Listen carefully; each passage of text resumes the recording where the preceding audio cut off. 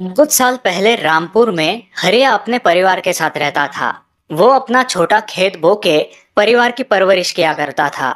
उसका छोटा भाई कृष्णा खेती के काम में उसकी कोई मदद नहीं करता, लेकिन कृष्णा एक बहुत ही अच्छा कारपेंटर था।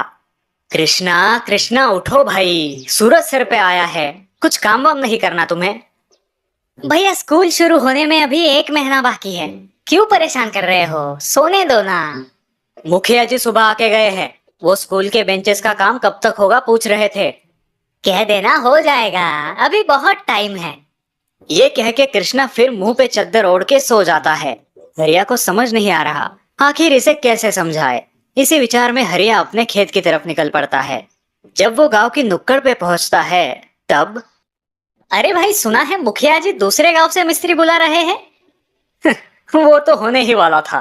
कृष्णा के भरोसे बैठेंगे तो हो गया सत्यानाश। हाँ और नहीं तो क्या। हरिया भैया की विश्वसनीयता की वजह से मुखिया जी ने ये इतना अच्छा काम उस आलसी कृष्णा को दिया है।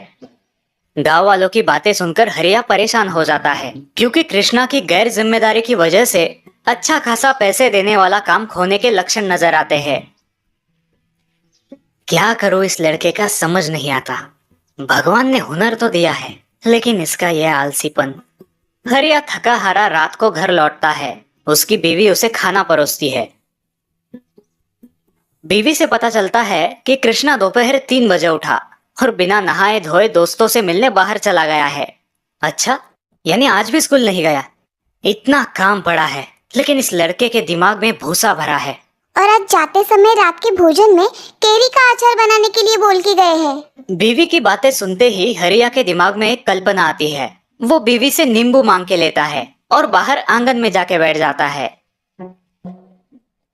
भाभी जल्दी खाना परसो, बहुत भूख लगी है। और हाँ, कैरी का अचार भी देना।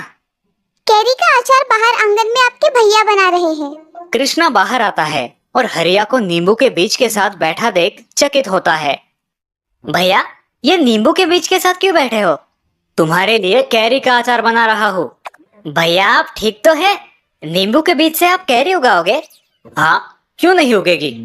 भैया आप ही ने सिखाया है ना, जो बोओगे वही पाओगे। फिर तभी मुखिया जी का आदमी वहां आता है और कृष्णा को बताता है कि मुखिया जी ने स्कूल के काम के लिए नए कारपेंटर को बुलाया है। अब उसे स्कूल आने की जरूरत नहीं। अरे मुखिया जी ऐसे कैसे कर सकते हैं? मेरे जैसा एक्सपर्ट कारपेंटर उन्हें आजू बाजू के 10 गांव में नहीं मिलेगा। वो आप उनसे जाके बोलिए, चलता हूँ। अच्छा खासा काम हाथ से जाने की वजह से कृष्णा बहुत दुखी होता है। कृष्णा, अब दुखी होने से कोई फायदा नहीं है। जो जैसा बोता है वैसा ही फल पाता है। तुमने अपने आलसी स्वभाव के कारण इतना अच्छा पैसे कमाने का मौका खो दिया है।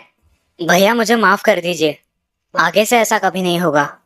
ठीक है कृष्णा, देर से आए दुरुस्त आए, आगे से ख्याल रखना। तो इस प्रकार देर से ही सही कृष्णा की आंखें खुल जाती है और वो आगे से खूब मेहनत करने का वादा हरिया को देता है।